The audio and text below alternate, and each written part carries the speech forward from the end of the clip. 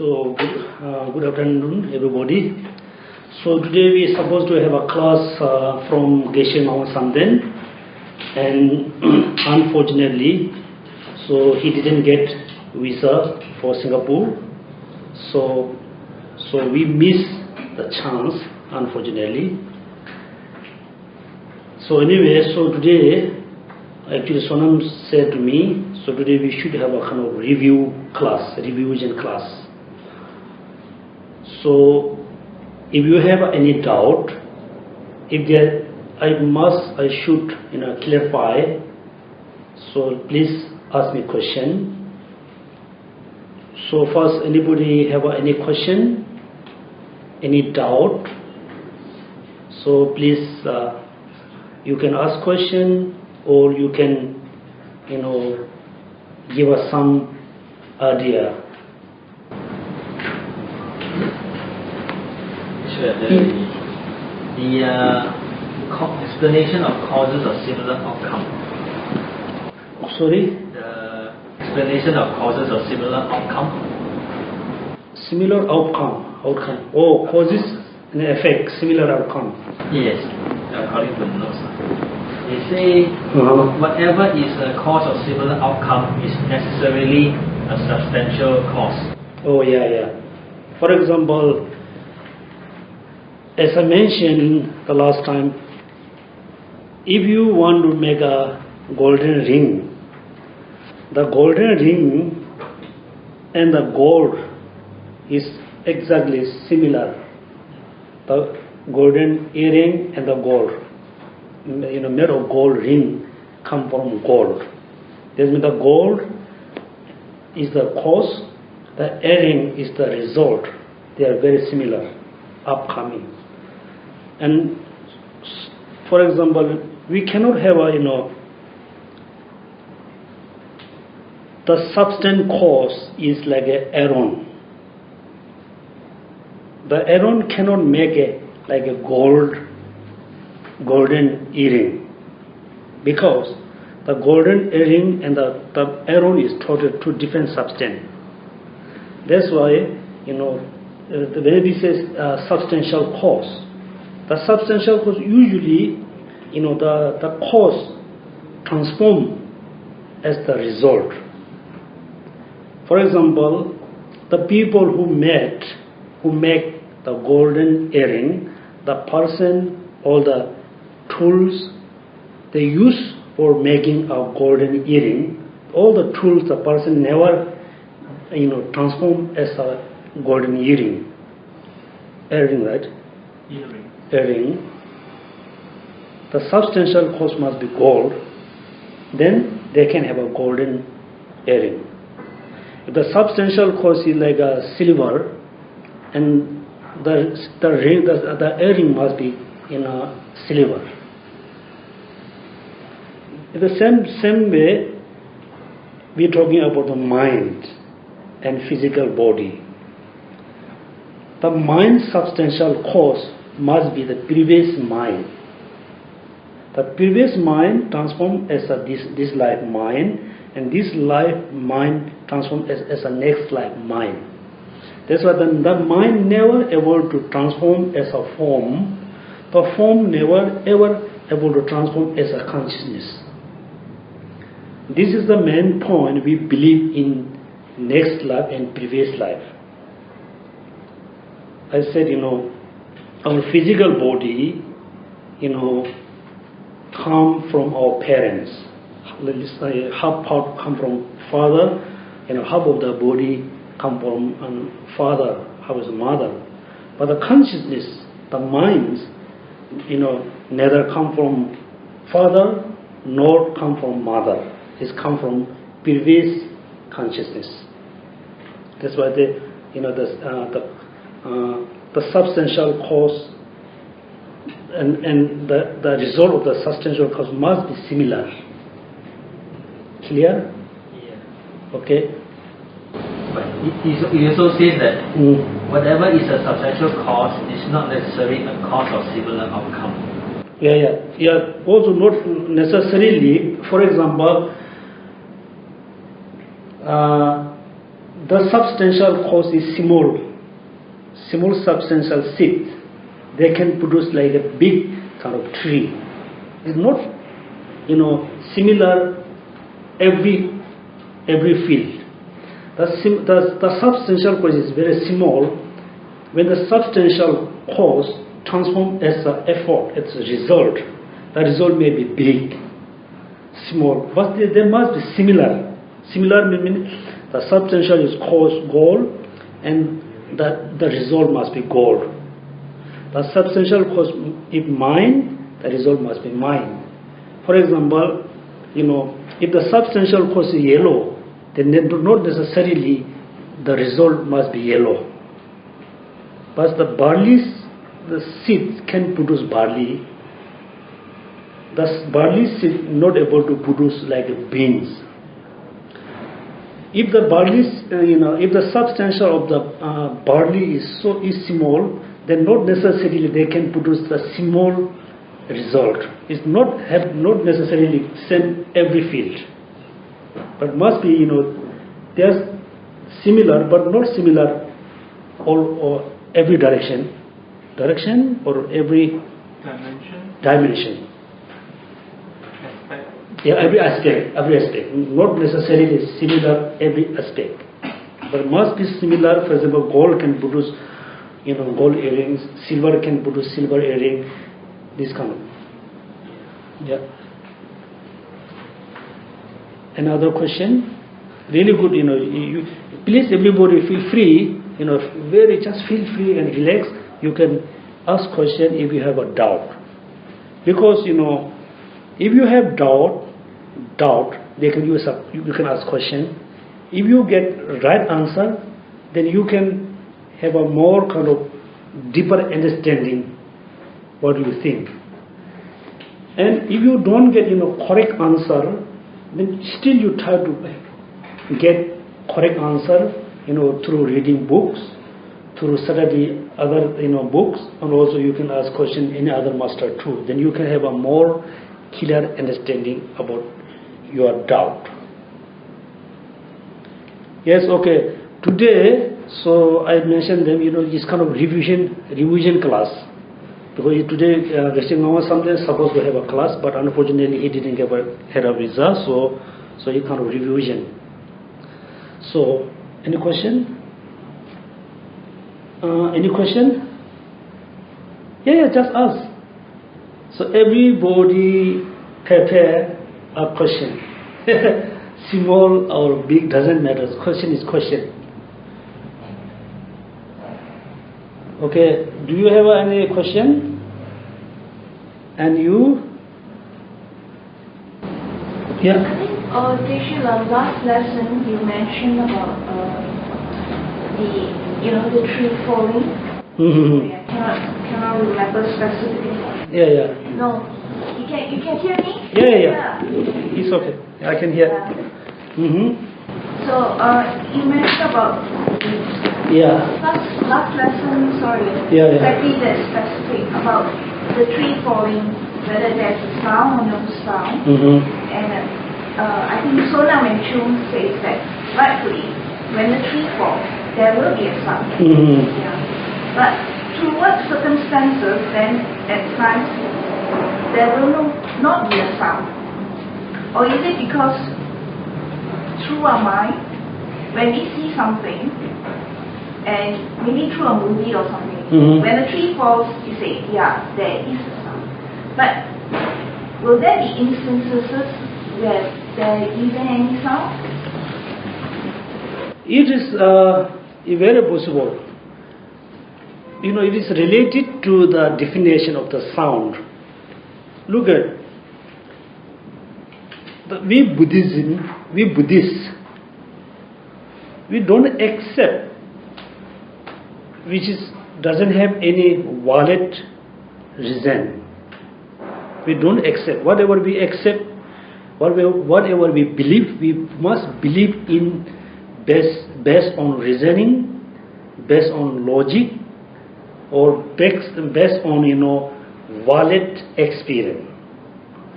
For example, when you say this is sound, this is smell. So how we can differentiate smell and sound? So that's why we said, look at, we have 5 senses. The air senses, air consciousness, only able to perceive the sound. That means if the thing, something is sound, this must be comprehended by air consciousness. That's why air consciousness and the sound is object and subject. Then, then we must say, okay, if some phenomena is a sound, then necessarily have to comprehend by air consciousness. Then there's a doubt. If there is not any kind of human being or any other sentient beings, let's say in this moment, in generally, in the gross level, we believe there is not any living being on the Mars, right? Mars is a star planet. Like the 9 planets. Within the 9 planets, the Mars, it doesn't have any sentient beings. So far, the scientists believe.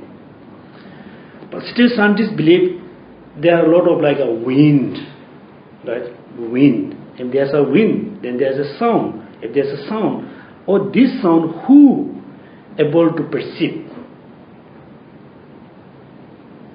So this is kind of doubt. And also, so Chung and Sonam said this: if there's a branches of the tree fell down, then there must be sound. I said, yeah, there must be sound, or there may be not sound. It depends on the circumstances. For example, if the tree branch fall very gently, very slowly, then there may be no sound. That's why, related to the 5 senses, smell, sound, and is this kind of very doubtful. Sound is necessarily comprehended by air consciousness, or air consciousness not able to comprehend a smell. This kind of, we have a lot of doubt about the 5 senses and the 5 objects. And another important related to the sound. Look at, I told all the impermanent phenomena must be come from substantial cause or cooperative, right? Cooperative cause. Then the sound. For example, if I play a gong, everybody can hear a sound. So what is the substantial cause of the gong's sound? So what's the substantial cause of my little heart? There's a sound. So what is the substantial cause of this sound? My hand is not the substantial cause of my clip sound. So my motivation is not the substantial cause of the particular sound. So what is the substantial cause? There may be the air. Particular air may be substantial cause of this clip.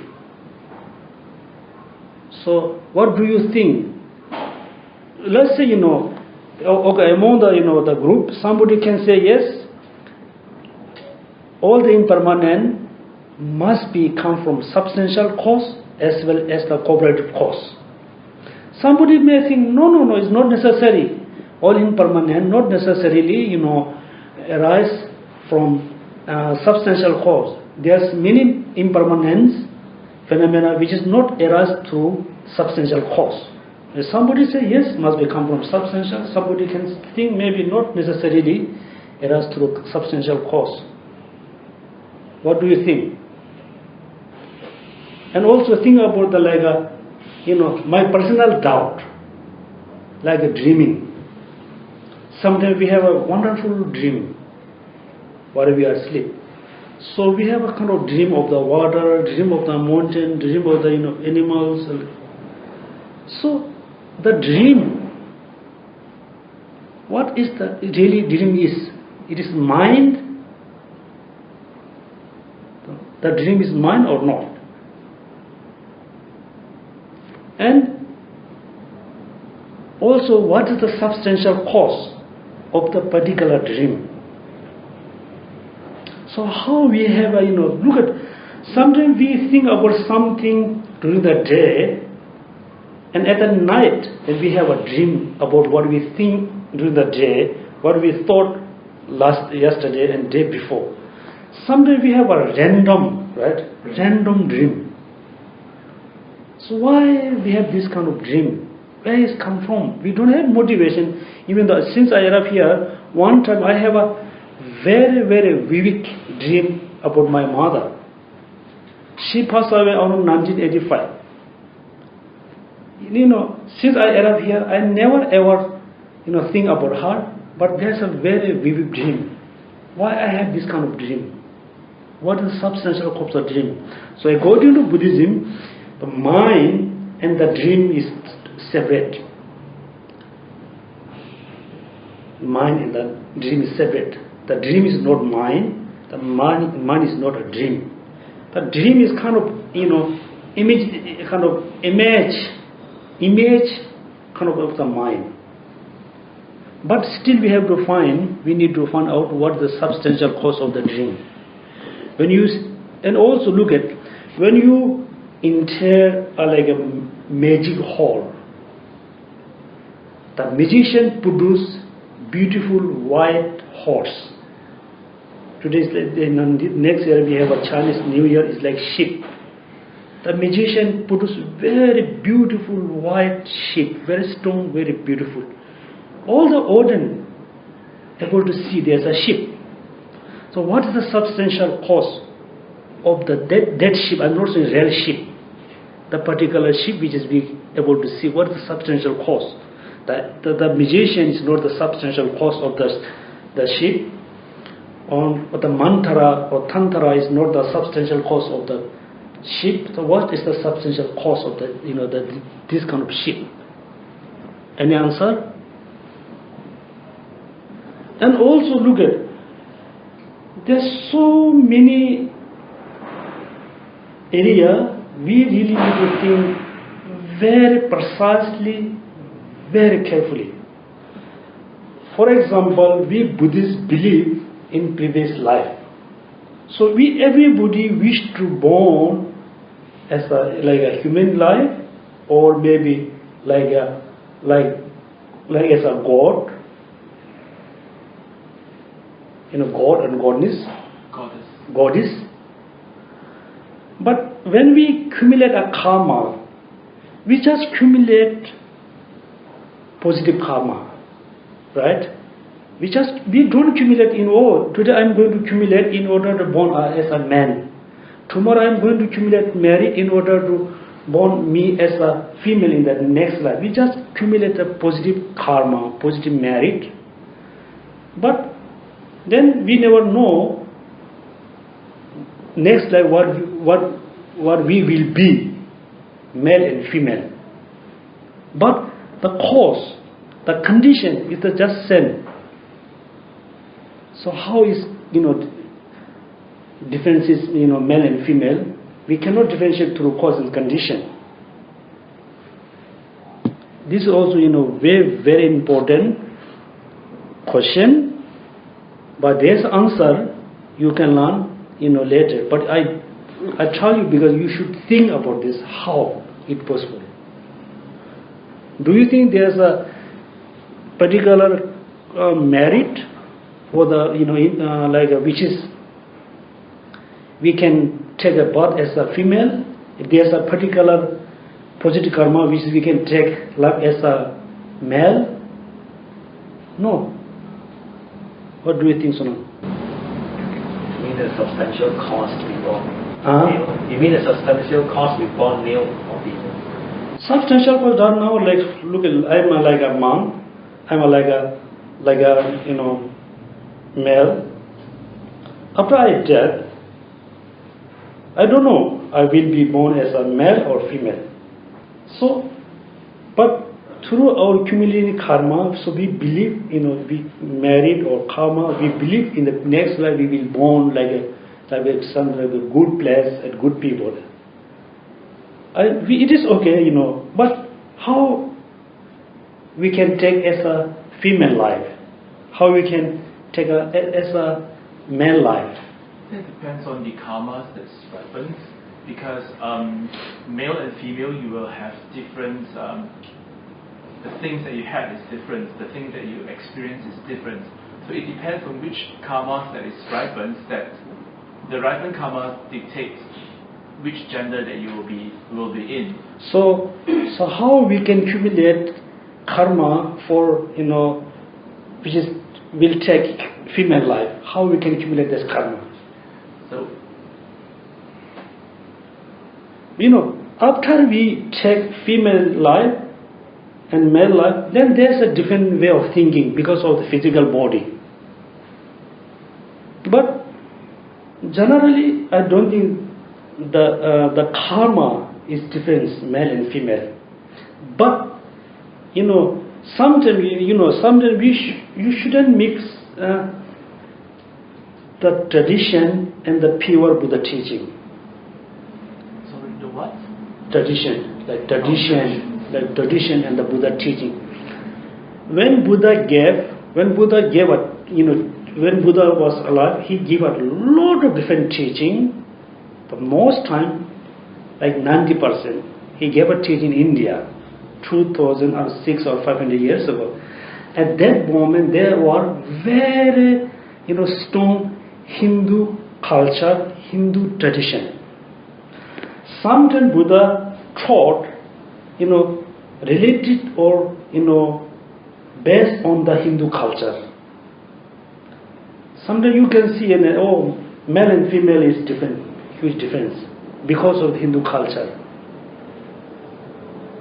So the main question, how we can accumulate karma in order to take a female life, in order to take a male life.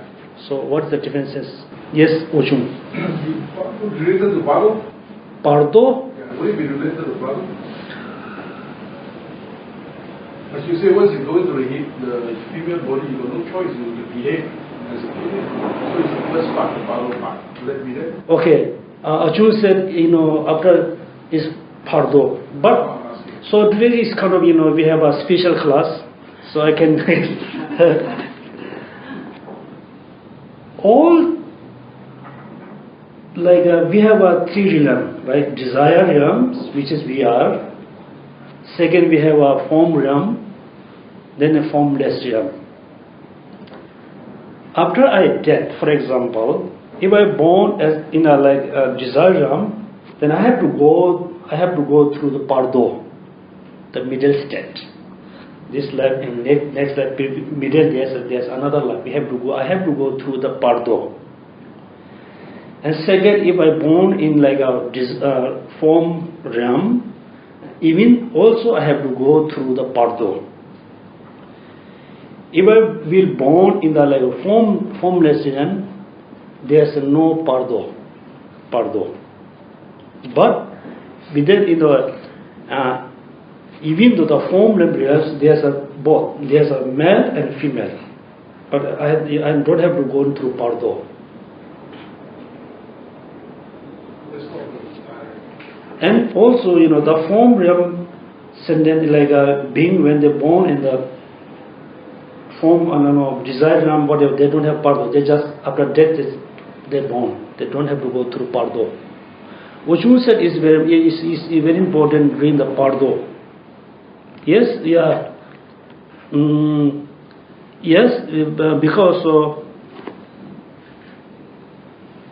next time, when we teach a language, so I will talk about the 12 link interdependent, 12 link. There's a 12 link. If you study about the 12 link, then you will understand how we were born, how we will be born. It's explain the total, since we born, then we alive, then we dead, then there's Pardo, then we born again. That's what we call 12 link interdependent. Also they call, 12 link interdependent and samsaric will of samsara.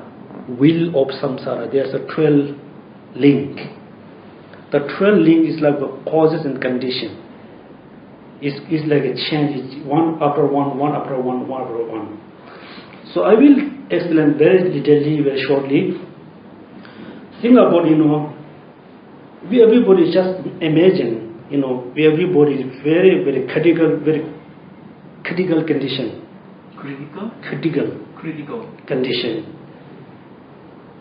So at that moment, everybody have a kind of scare. Everybody have a very sense of desire.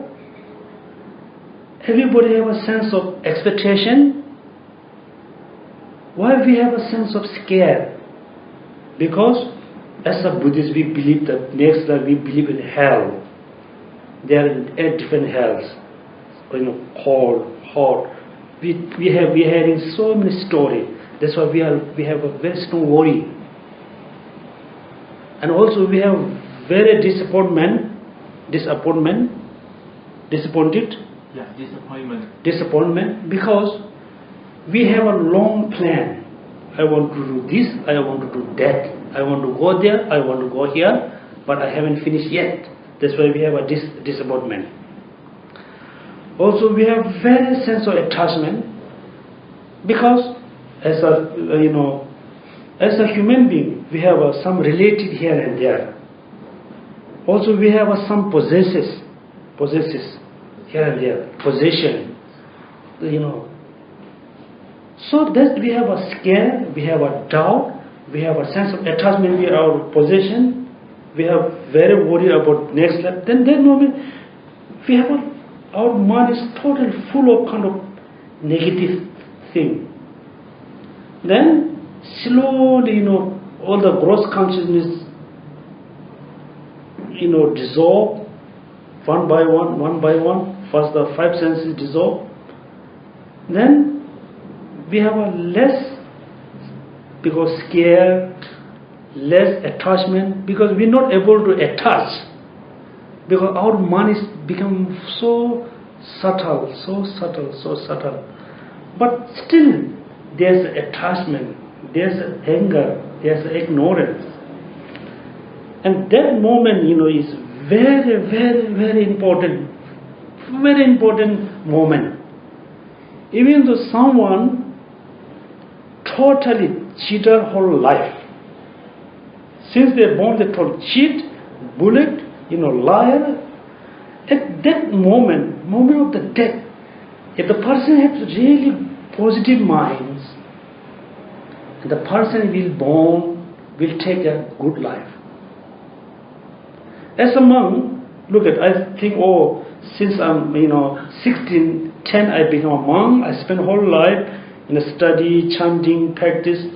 At the moment of the death, if I have some kind of negative thoughts, then it doesn't matter how many years or months I spend with the religious practice, but I will born in like a lower realm. The moment of death is so important, so crucial. It looks like, like the button, switch on and off. If you off, there's a light. If you off, there's a darkness. Moment of the death, due to our previous karma, then you have some kind of attachment towards female.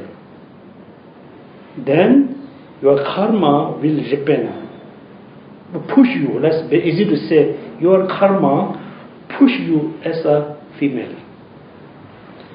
Moment of the death, if you have kind of sense of attachment with the male, then your karma push you as a female life in the next life.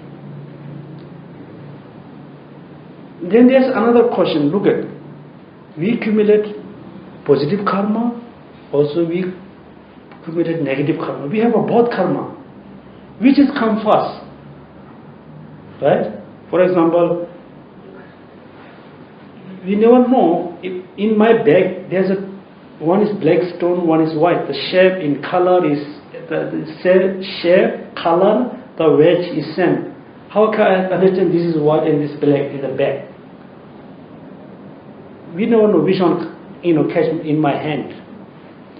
So the positive, if we have a positive karma, we have a negative karma. Which one is come first? Question. The answer, which one is more stronger? Positive or negative? If the negative karma is more stronger, or we accumulate more negative karma, the negative karma repent first. And the positive karma later. If the positive karma is more stronger, the positive karma come before it push you in the good life. If the positive karma and negative karma is same, they both have same force, which one come first? Generate the condition. Generate the condition. Yeah, generate the condition. Which one come first? Generate the condition. Whichever you want it to come first, generate the condition to come first. Generate condition mean? Whatever. How is come whatever? Positive, negative. You want positive to come first, generate a lot of the conditions to get it ripen. Get this topic going ripen. What do you do, Ignian? What is the younger brother of Dharmakirti? Younger brother, Dharmakirti? Asanga. No, Vasubandhu is yeah, that's the brother of Asanga. Dharmakirti's teacher is Vignaga. I think Dharmakirti Choda. I think Dharmakirti younger brother is Asanga is Vasubandhu, the Yogacara. I think Asanga. Indian.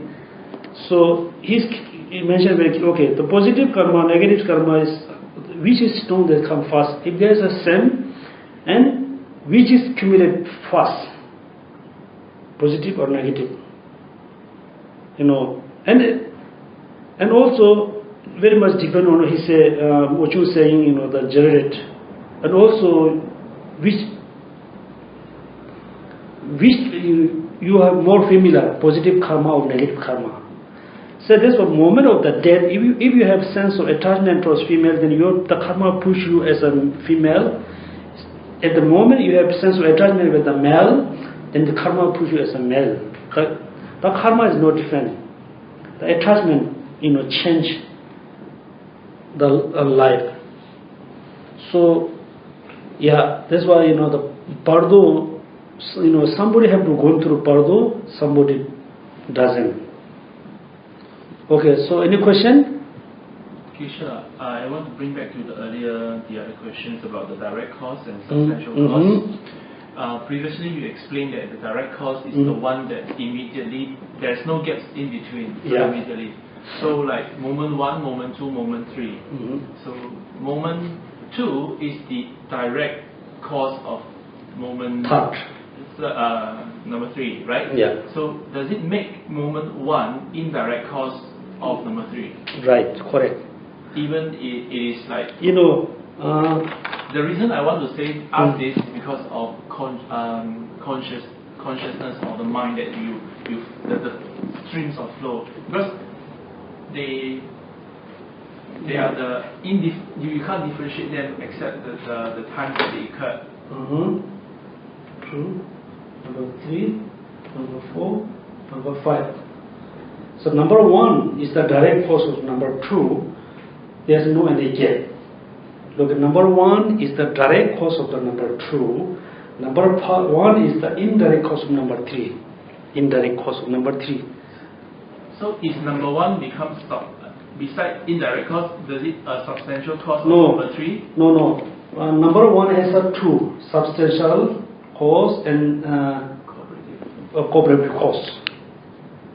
That's why all impermanent phenomena must have a 2 cause, substantial cause and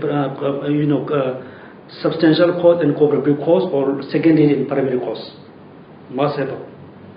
So it can be direct and substantial, or both of these. The number 1 is the substantial cause of the number 2. The number 1, for example, number 1 has a substantial cause as well as a cooperative cause. So both of them is the direct cause of number 2. Okay. Okay, direct. So indirect cause. What about indirect cause? Indirect cause, does it have substantial and it also? Indirect cause, direct cause, doesn't matter. All impermanent phenomena must have substantial cause and cooperative cause. Secondary cause and primary cause. Look at number 1 is the direct cause of number 2. Number 1 is the indirect cause of number 3. And number 1, number 2, both of is indirect cause. Number 1 and number 2, both of is indirect cause of number 4. Look at number 1 is the direct cause of what? Number 2. Number 1 is indirect cause of number 3. Number 1 and number 2, both of is indirect cause of number 4. Then 1, 2, 3, 4, all of them, cause of the number 5. But 4 is indirect cause, 3 direct cause, 3, 4, 1 is indirect cause. So indirect means there's no gap, number 4 and number 5. Even then, for example, when we have a arising anger for 5 minutes, number of moment of the 1 minute, then number 2, 3, 4, 5. Number 1 is the direct cause, the moment second, and number moment 1 is the indirect cause of moment 3. So you should think, all impermanent phenomena must have cause and condition. Without cause and condition, there's not any, there can be impermanent. Right. Sorry, play a little bit with the English words. Cause and condition. Is it cause is the direct cause, condition is the cooperative cause? It depends. Look at it. It's good question. Direct, indirect is not related to the substantial cause and cooperative cause. It's related to the duration. So time is the factor. Time. And substantial, look at, for example, when the spot, store, grow for 5 minutes.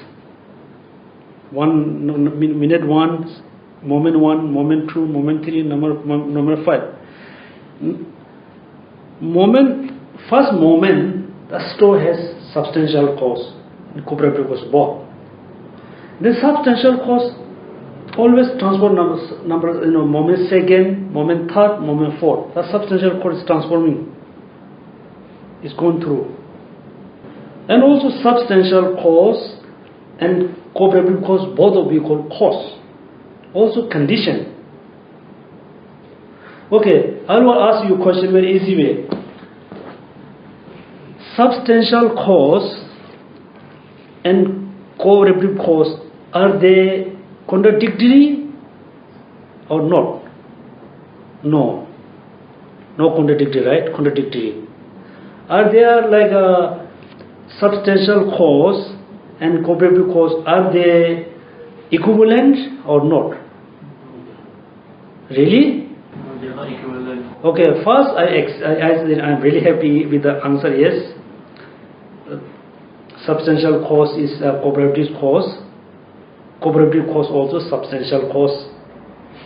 But there's no equivalent. Okay, Sonam said no equivalent and Mr. says no equivalent. Okay. Can you posit something is a substantial cause, not cooperative cause? Can you posit something is cooperative cause, not a substantial cause? Okay, first one, can you posit something is substantial cause, not the cooperative cause? And can you posit something is the cooperative cause, not the substantial cause? So the mind streams, the previous mind is the substantial cause of the current one. Mm-hmm. So it is not cooperative cause of the current one. The previous one is not the cooperative cause. It is a substantial cause. Yeah, but still, the previous, the mind is the substantial cause of the second moment of the is correct. But I'm going to say the first moment of the consciousness is the cooperative cause, but it's not cooperative cause of the second moment of the consciousness. Oh, sorry, you have to rephrase that. Let's say it slowly. Okay, let's say there's a mind with a 3-minute duration. 3 minutes. The first moment of the mind, substantial cause of the second moment of the mind. Everybody understand, right? Okay, very clear. First moment of the consciousness is substantial cause of the second moment consciousness. Is correct. The question, the first moment of the consciousness is cooperative cause or not? I know it is not cooperative cause of the second moment, but still it is cooperative cause. For example, I gave you before, for example, father has a son, father has a parents, right? The father is in the middle, he is a grandfather, he is a child. The middle is the father, he is a son of his own father, he is the father of his own son. That means the father is father as well as the father is son. Same, the first moment of consciousness is the substantial cause of the second moment of the consciousness, but it is not the cooperative cause of the second moment of consciousness. But still, the first moment of the consciousness is cooperative cause. It can help to produce another result. Yes, but that's impermanence of the mind. So you are saying, first moment. Okay, the conclusion, I think, easy way to say, impermanence, condition, phenomena, cause, condition, substantial cause are equivalent.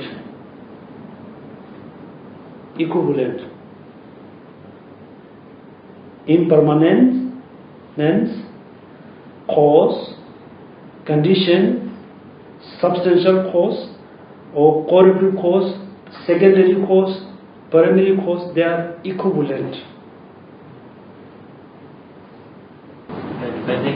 Depending on where. Oh, if you particularly go the depending, then there's a different. That's why two is cause. Let's say number one is cause. Number one is a condition. Number one is substantial cause. Number one is cooperative cause.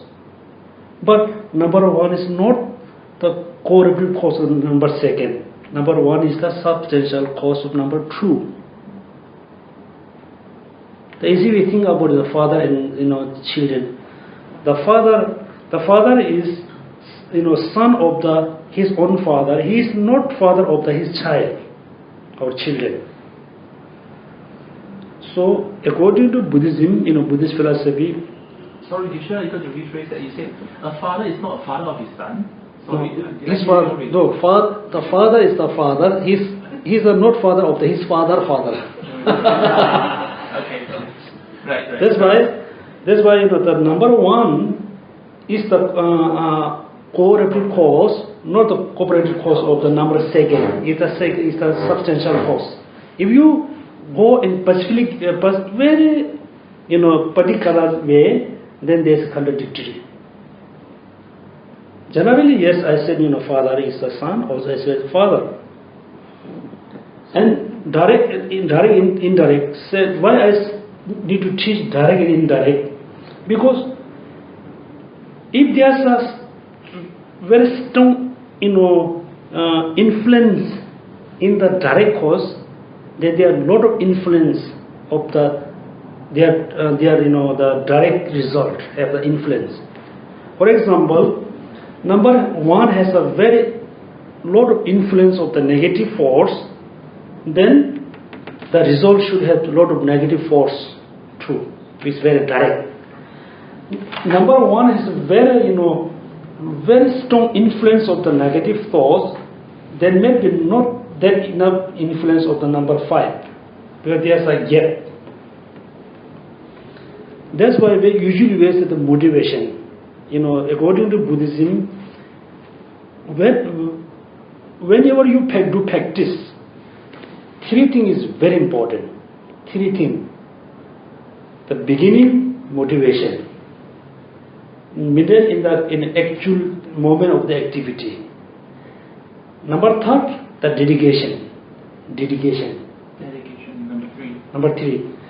If you don't have a good motivation when you do practice, then you practice for 2 minutes, 5 minutes, 10 minutes, half hour, 1 hour, whole day, all the duration not really going to be good practice, because you don't have a good motivation. For example, if you have some miscalculation beginning of the month, beginning of the debt, then the whole month have a problem, because you have a miscalculation beginning of the month. So motivation is so important. And actual active moment. Even though you have really good motivation beginning of your practice, while you practice, if you are not really fresh, focus, then you think, yes, I'm practicing something 5 minutes, but 4 minutes is not really, you are not really practicing. Your mind is going different direction. That's why the actual active moment you must conjoin hold with the motivation. Okay, motivation, real active moment, you really have to join, not separate. Then when you finish your practice, good motivation, very focused, very fresh, finish, then right after finish your practice, whatever you practice, just you think, so whatever I accumulated merit or karma, I must, delegate this merit karma in order to whatever you want, in order to fulfill your wishing. As a Mahayana Buddhism, whatever you accumulate merit, you just dedicate in order to, achieve Buddhahood, sake of all sentient being.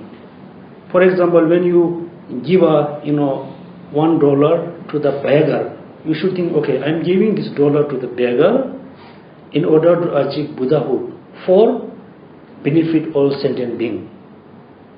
Look at, when you have a motivation for all sentient being, then you no really need to worry about individually. For example, if you really think whole Singapore will be very happy, wish to be harmonious, wish to be a healthy society, then you must be a healthy person, you must be a happy person, you must be a successful person. If you individually think, okay, I want to offering this to someone, I'm doing this to someone in order to happy myself, there is no guarantee you will be happy or not. So that's why motivation is so important. Not only that, then active time, then dedication. Because that's why the direct course is so important to learn. Because if you have some bad motivation, then all the duration will be going to be like a kind of bad action. Yes? Any question? Yes, please. Can you say the functions about the courses in this treasury of knowledge is to explain more in details about the first stanza of Mula Madhyamika Karika by Acharya Nagarjuna, where he say neither things come from himself or from others, or not from no cause that all the phenomena arise. So we can say, because there are multiple causes, right, like direct, indirect, and then substantial and cooperative. That's why you can't really ascribe it to only single cause, right, or only omnipotent, for example, cause, right. So in that case, it is really a presentation of the Madhyamika system in entirety as well? Yes, there's a sentence composed by Tsongkhapa. He said, whatever Buddha taught about something, finally it leads you to understand the emptiness. Finally it leads you, it brings you to fully understand emptiness. That's why, we cannot talk directly emptiness. That's why, look at something arising through cause and condition. And if you think about the cause is not just single pieces. There's millions of pieces come together, then there's a result. Then, if you really understand the relative relation between cause and condition, then you can understand dependent, interdependent, dependent. Not only dependent, we say, link or dependent. Then second, after you understand, after you have a good understanding about interdependent, dependent origination, then you can have a good understanding of the dependent basis and the characteristic. For example, we have three different kinds of interdependent, right? Interdependent of cause and condition, which is we have been learning this time. This moment you have to learn relation between cause and condition. Then we go more deeper way, in deeper way. Then we have to learn, let's say, there's another interdependent. For example, cup and the basis of the cup. Cup and basis of the cup. Or cup and characteristic of the cup. Look at. I asked question a little bit, I think somehow. So when we say human being, sentient being, man and female, so how we can label this is a man, this is a human being? How? That's why look at five form. Form,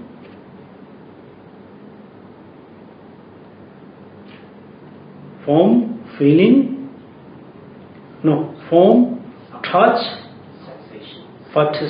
Form, touch, sensation, feeling, and number 4, consciousness.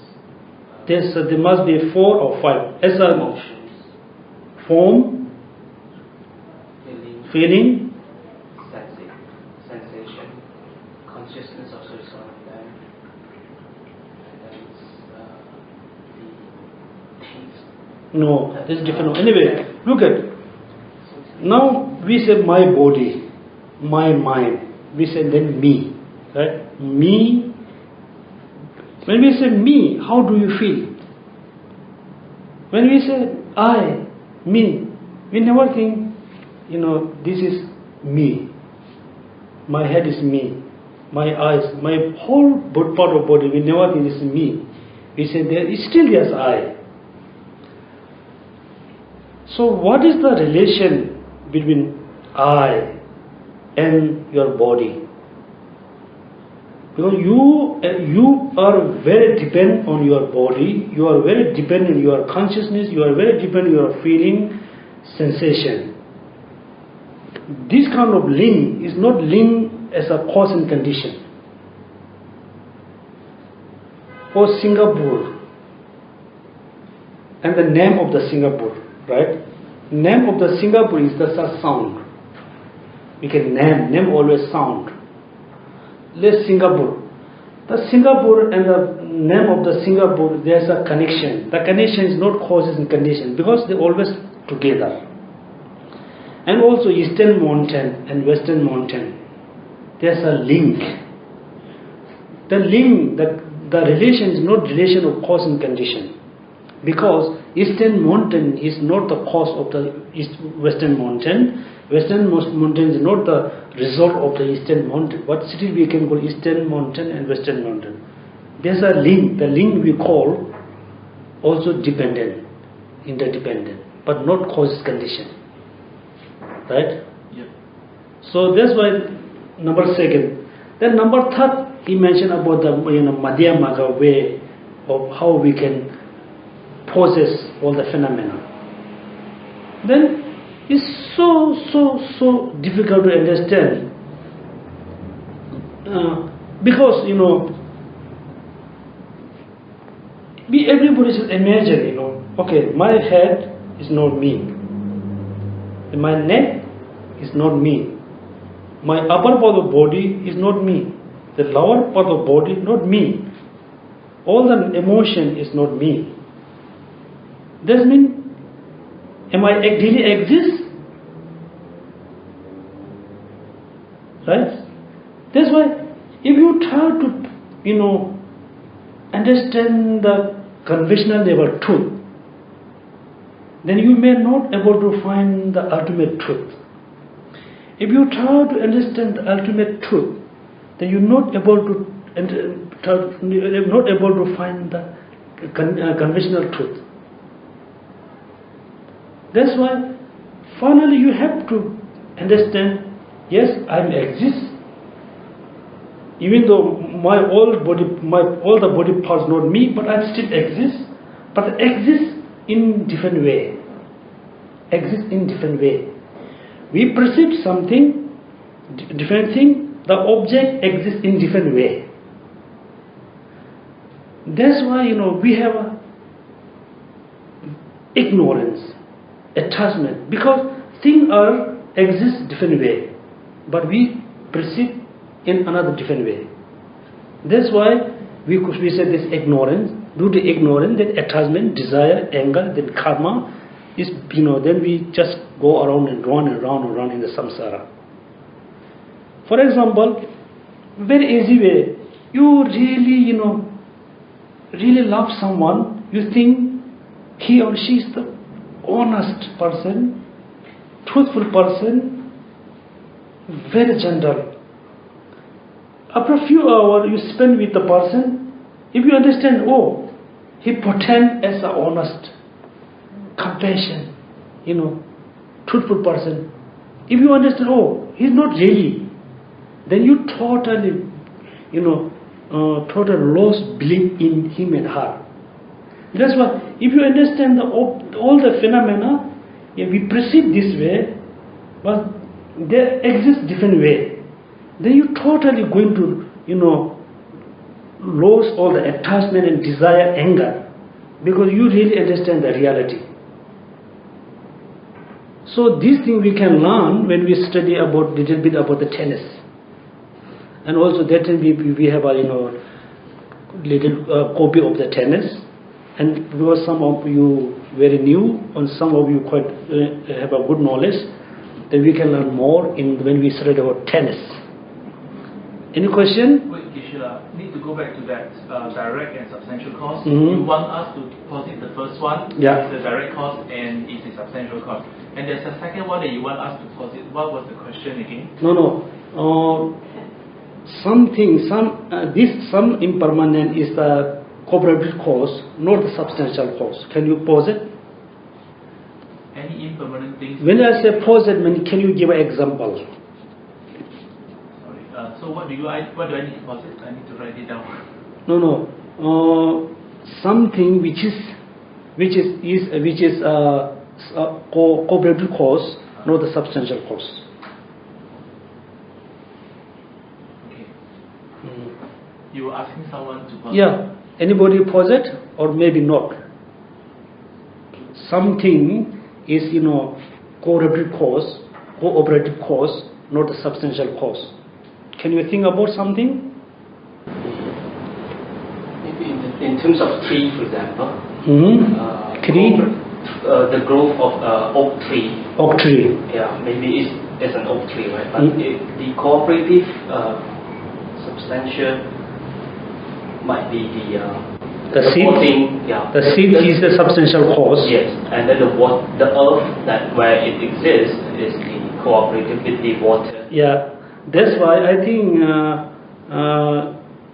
that's why the oak tree, the seeds of the oak tree, whether the seed is the substantial cause of the oak tree, the 5 elements is the cooperative cause of the oak tree. But still, the 5 elements, water also is substantial cause or not?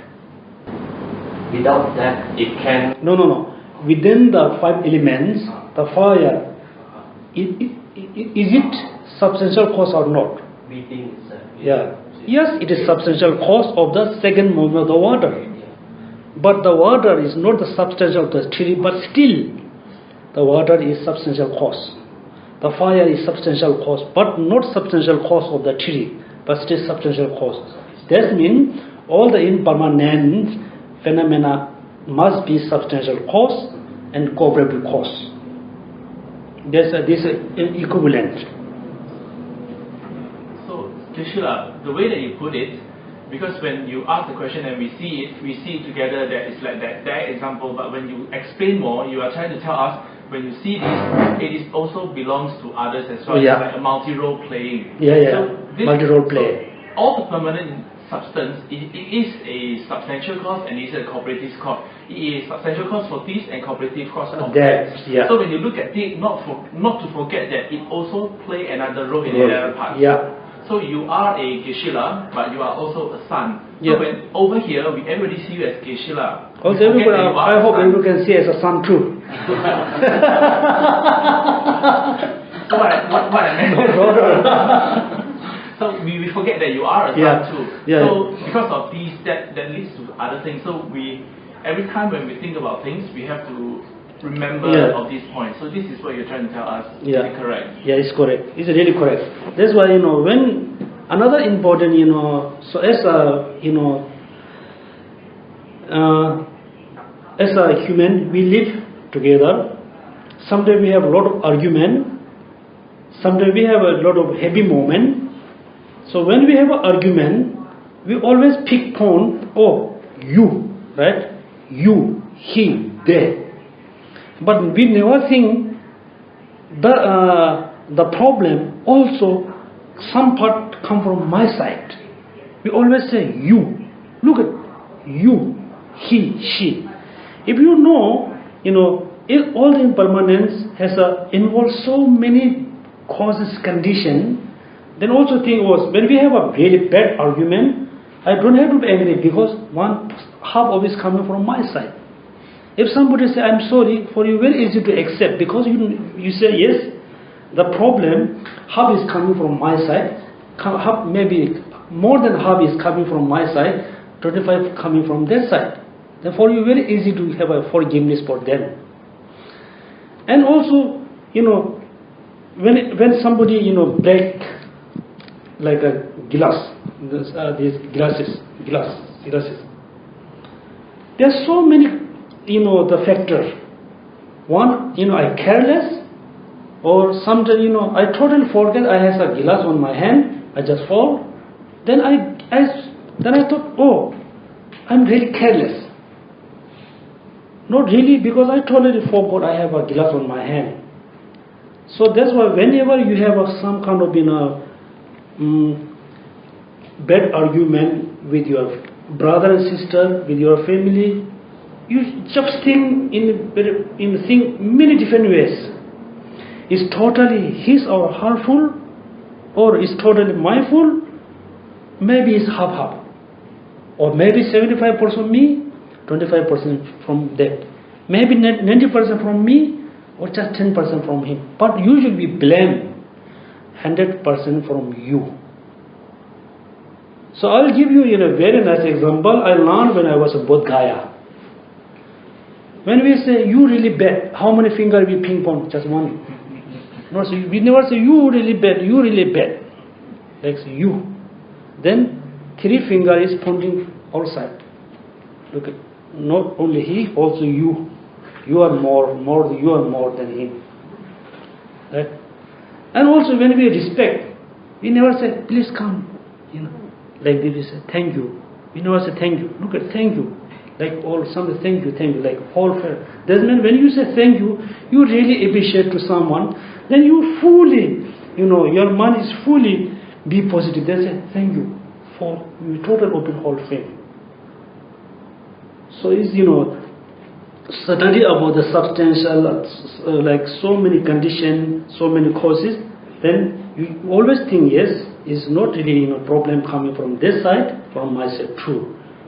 Then someday you have to say sorry to them. Someday, and somebody says sorry to you, just accept and practice that forgiveness. Yes, any question? Yes. About the mind again, coming back. There was always a debate between these atheists who represent the materialists who don't believe in God, in soul, because like our Mimamsa in 2,500 years ago in India. They are very much look at the facts. For example, everything they think was derived from the brain and its functions, right? While of course the theists who believe in religion, there's an existing soul residing in the mind. The materialists always think, if I give you a dose of let's say injection of anesthesia, you'll be numb, right? Yeah. One cannot think, and that's so that there is no soul outside this brain, right? Which is our matter. Now, of course, our Buddhists will always say, yeah, there is sometimes some kind of proof, right? In maybe Tibetan Buddhism, we also have a proof of Powa or Mukto, or when somebody passes away, the High Rama, they can still sit in meditation, right? Yeah. So how do you prove that the materialist might not is wrong, but at the same time, there is no existence of soul as the Buddhist, the Hindu, the Christian, the Muslims believe in. That's most important. According to Buddhism, before we have a debate, before we have a kind of dialogue about the soul, first we want to know the definition of soul. What does mean soul? What does mean God?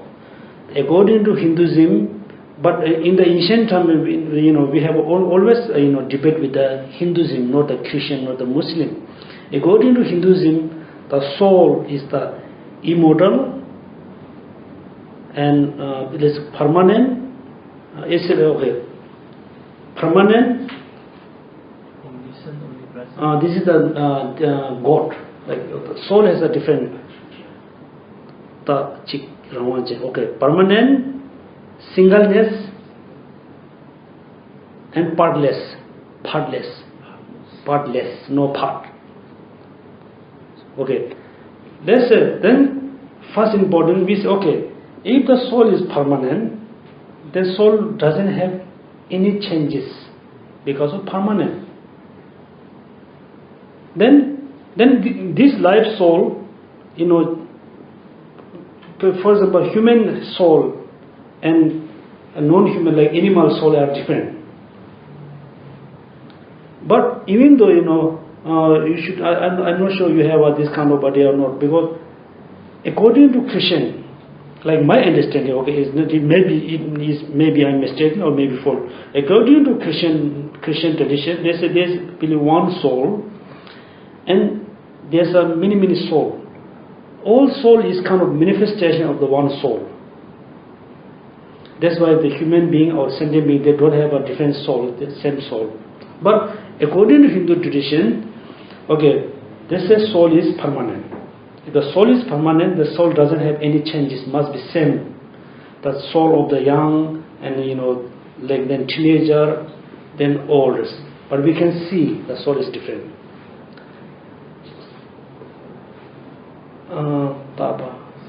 Singleness. So according to Buddhism, we don't believe singleness. Nothing exists as a singleness. For example, the pen has an eastern part, southern part. There's so many parts, not partless. Not only oneness. So, if the soul is the partless, then we don't say, my last year's soul, this year's soul, next year's soul. We cannot talk about this way, soul. So, Buddhism, totally reject soul and God, because it doesn't make sense that when they give a definition, we don't feel it makes sense. And also, we shouldn't think, God is not exist according to Buddhism, but you shouldn't think the people who believe in God, they are totally ignorant people. You shouldn't think this way. For example, somebody asking about what the definition of mother. I will give the definition of the mother as on my experience. When you look at my mother, you can see my mother is very ugly. But from my point of view, my mother is one of the most beautiful women. But then you say, oh, you shouldn't love her because she is very ugly. My mom is more beautiful than your mom. You must love my mom. It doesn't make sense, right? So that's why in this time, some people think, oh, my religion is very more important than you. You shouldn't think. But according to Buddhism, yes, we reject the notion of God. We reject the notion of the soul. But we are not really criticizing the other religion. The second question, okay, now we don't believe in God, we don't believe in soul, but we still believe in consciousness. But the consciousness is impermanent, it's changing moment by moment, it produces a lot of result. And also, he's talking about the numbs. When somebody, for example, when the doctor doing some operation, they put injection. It looks like the people don't have a feeling. But there was a monk in our monastery. He got, operation, and the doctor brought him the operation theater. They give injection. He cannot move. He cannot talk. But he still feels the pain when they cut. Oh goodness! But he cannot say anything. So he faced all the problem almost 2-3 hours. Look at, not everybody is not same. And also, according to Buddhism, we have so many different levels of consciousness. Gross, subtle, very subtlest. When during the operation, during the name time, there's a consciousness, not the gross level, but the subtle. And also the power is, I think everybody heard many times about the power. So power is very important practice in Tibetan Buddhism. Also, it is very much depend on the person who do power for the person who pass away. The very traditional one, the monk or the nun, the lay person who want to do power, they have to receive the lineage. A big unbroken lineage, the lineage from Vajrasattva all the way to your guru. Then you have to receive the initiation or the empowerment or the blessing from your guru. Second, they have to practice many times before they do power others. If they know, totally convince them, okay, it is time I can do power for others, then it's okay. Look at each time. And the person do power, they always lose some kind of hair from here. But I don't have hair. Here. This is a good time to do power. And also the monk or nun is the lay person who do power, they must know, oh, this moment the person is not totally dead. The person is still in the consciousness, subtle level. Then he able to transform the mind, like consciousness from heart to neck to head, then from here. If the person is totally dead, then the power is kind of little useless. So we usually do the power moment of the death, still consciousness there. Then, through his experience, or through ritual or through teaching, he able to explain. He able to show the path. He able to give a teaching to the person, even the very subtle level of mind. So power is very important.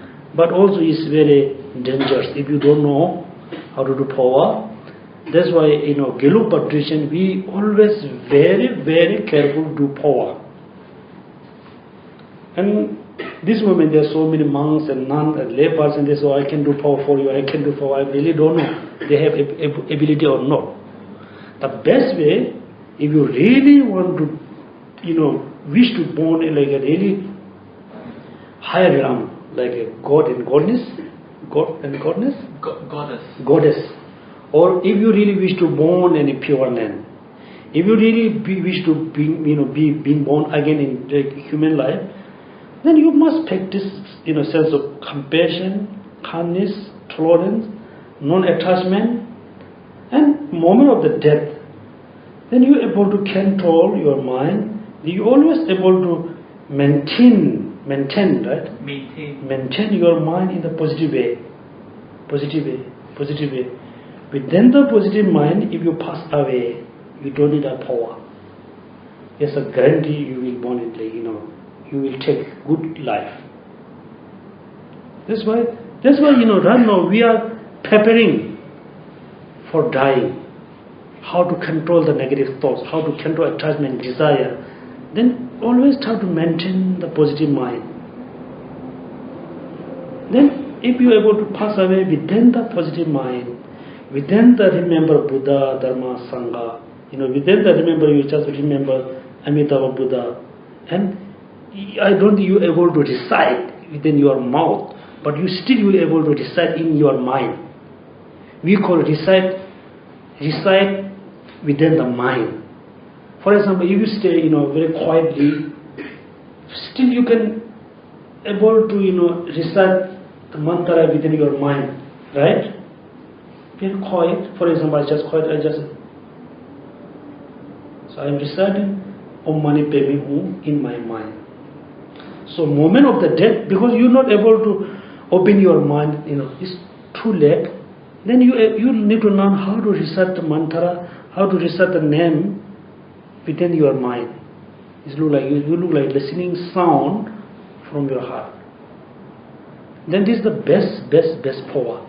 Power means, kind of transform into upper level, transform. Okay? So it's almost, we have 5 minutes. I have a question. Okay? Yeah, no problem. Questions. Back to the class that you teach, because we start from selflessness and you come to permanent and impermanent. You give only one example for permanent, which is the space. No, I give lot of all the emptiness of the phenomena. All the emptiness of the phenomena. All the emptiness of the phenomena. Is permanent. That's the only permanent, or is there any other? Oh, many. Example, I have little worry about you're going to have a lot of confusion. For example, existent phenomena is permanent. Object of knowledge is permanent. But it is not necessarily be permanent if it is existent phenomena. Existent phenomena is permanent. If something existent permanent, not necessarily permanent. Generally, existent phenomena is permanent. Object of knowledge is permanent. And there's a four equivalent, right? Yeah. Object, knowable object, existence. Existent, yeah. They are permanent.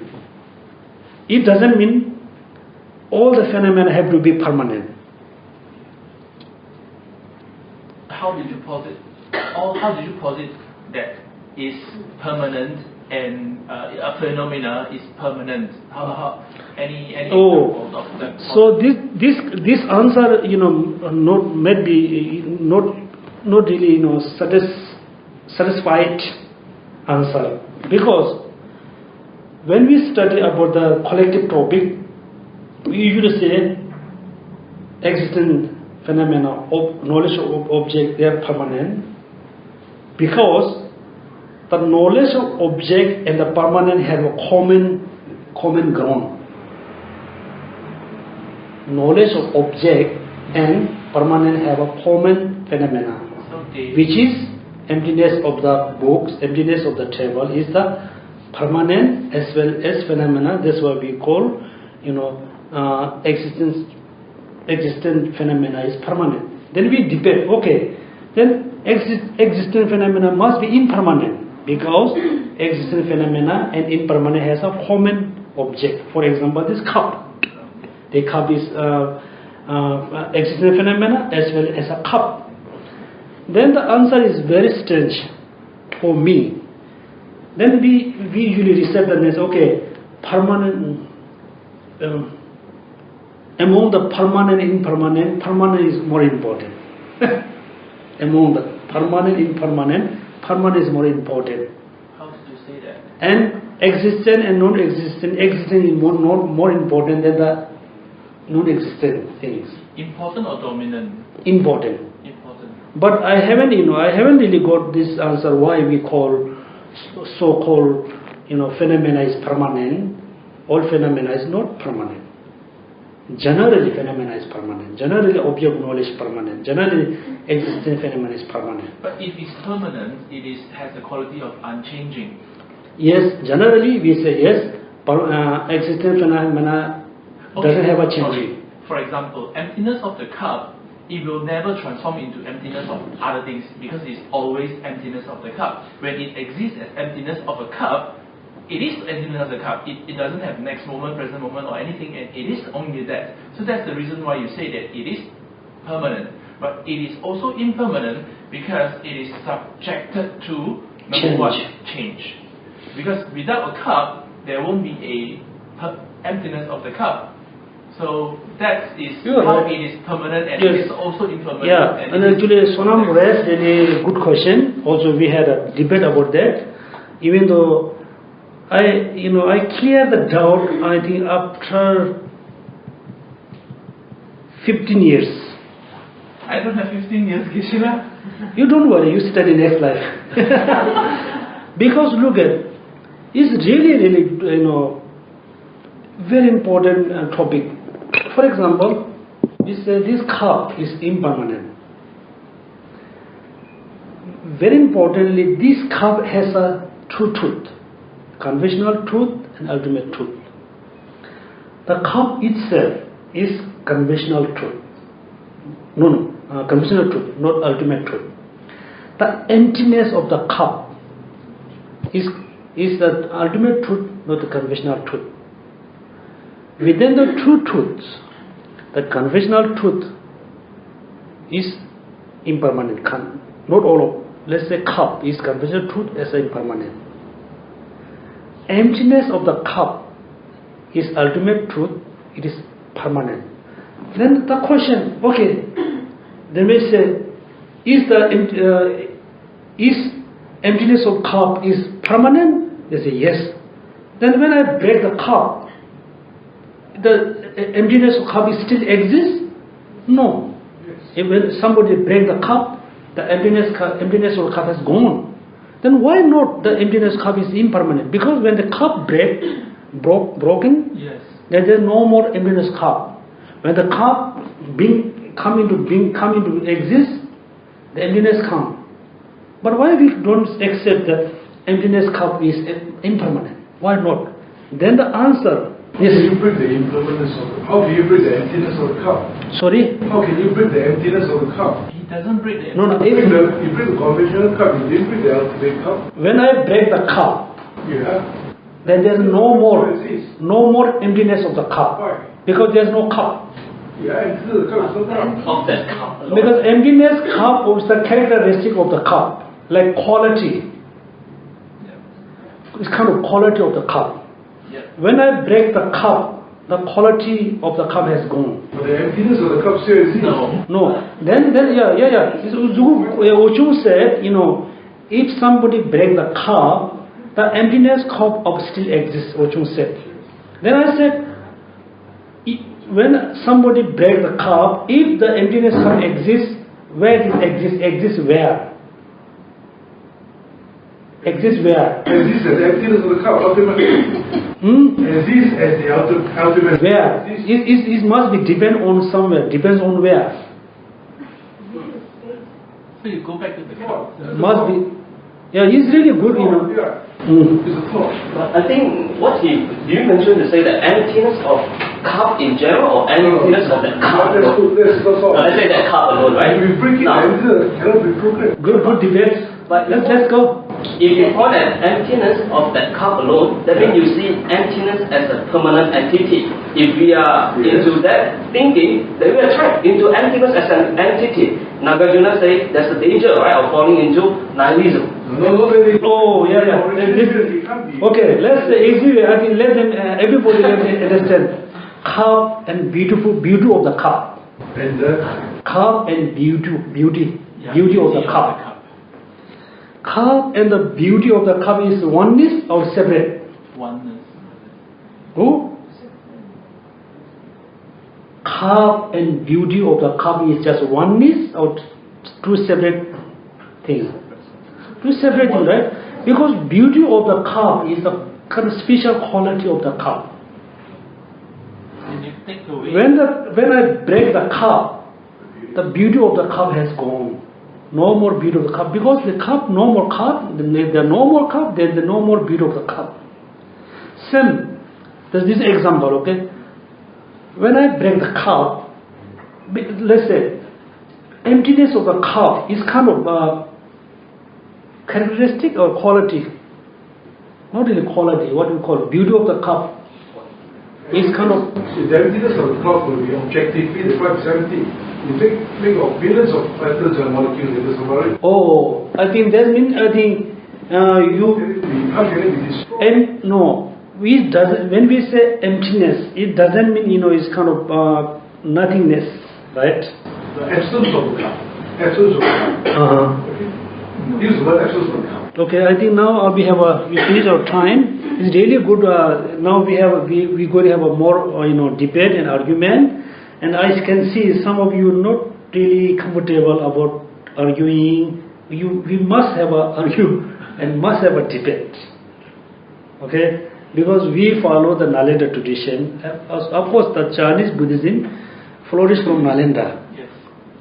But this is a very unique and very important tradition in Nalanda, because when you have an argument, then your doubt, clear. When the doubt is clear, then you have more good understanding about the phenomena. So until now, we don't have an argue. We accept everything what the Buddha said, what the master said. We just accept yes. Then we don't have really progress. Someday you just argue yourself. Okay, this is permanent, this is impermanent. Why this is impermanent? Why it is permanent? What's the difference in this and this? What is the difference of Buddha, Dharma, Sangha? Buddha is permanent or impermanent? Sangha is permanent, impermanent. Dharma is permanent, impermanent. You just think yourself. Then you can have really clear understanding about that. Understand you? No, sorry. What we meant is, if you have other engagement, you are free to go. But Geshe is kind of stay here to answer the further discussions that you had just now. Yeah. So you were saying how to separate the emptiness of the cup and cup. the cup, right? Yeah. Like my understanding about the question is, cup is permanent. If emptiness of cup is permanent, why? Because when the cup being to exist, the emptiness cup also being to exist. When the cup not more exists, the emptiness of cup not more exists. So why you really saying emptiness of the cup is permanent? This is the question. Yeah. The cup has a substantial cause. The cup has a cooperative cause. The cup has changing due to their own causes and conditions. The cup is impermanent, is changing moment by moment due to its own causes and conditions. But when somebody breaks the cup, the cup of the emptiness no more exists. But the emptiness is no more exists. It is not due to the causes and conditions. It's due to the basis.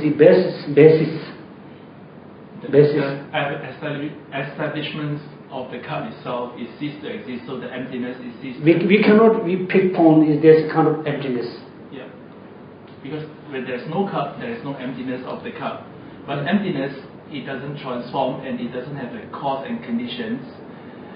Those characteristics that you point to impermanence, all has been negated, which is why you say emptiness of a cup is permanent. But emptiness of a cup is not an entity or a object that is created and destroyed. It is a establishment basis. It's come by causes and conditions. It's not come by causes and condition.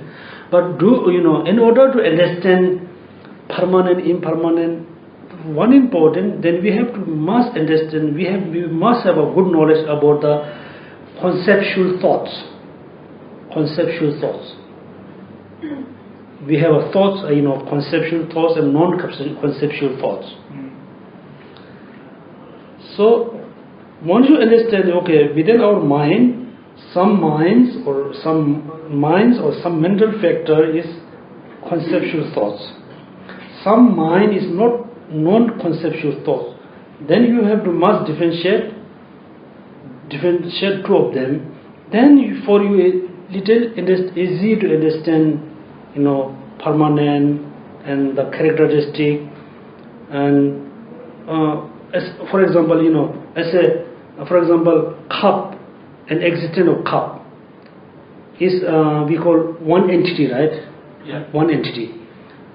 So I can see the cup directly through my eyes, but I cannot see existence of the cup, the quality of the cup through my eyes consciousness. When we say quality of the quality of the cup must come from through your own idea, your own thoughts, because the characteristic, the beauty object of the beauty is must not come from your five senses. Must come from your thoughts. Because if the beauty of the cup just coming from this cup, then everybody must see as beautiful. But somebody can see ugly, somebody can see beautiful. That means that behind the five senses there's a thoughts. The thoughts can differentiate. I mentioned how the lyric. Five senses are very, very innocent, very honest, very you just if you look at the picture, just catch the picture. Chair, just catch the chair. It doesn't have any kind of say nice and bad. It just catch the image, very innocent. But behind the five senses, there's a thoughts. The thoughts is not very kind of very cunning, very cunning. So we have to learn, these kind of thoughts. We should learn this when we practice the study about the mind and mental factor. I think now we should stop here. Thank you for your patience. And tomorrow we have a fish liberation, right? Sonam? Yes. So please let them know the time.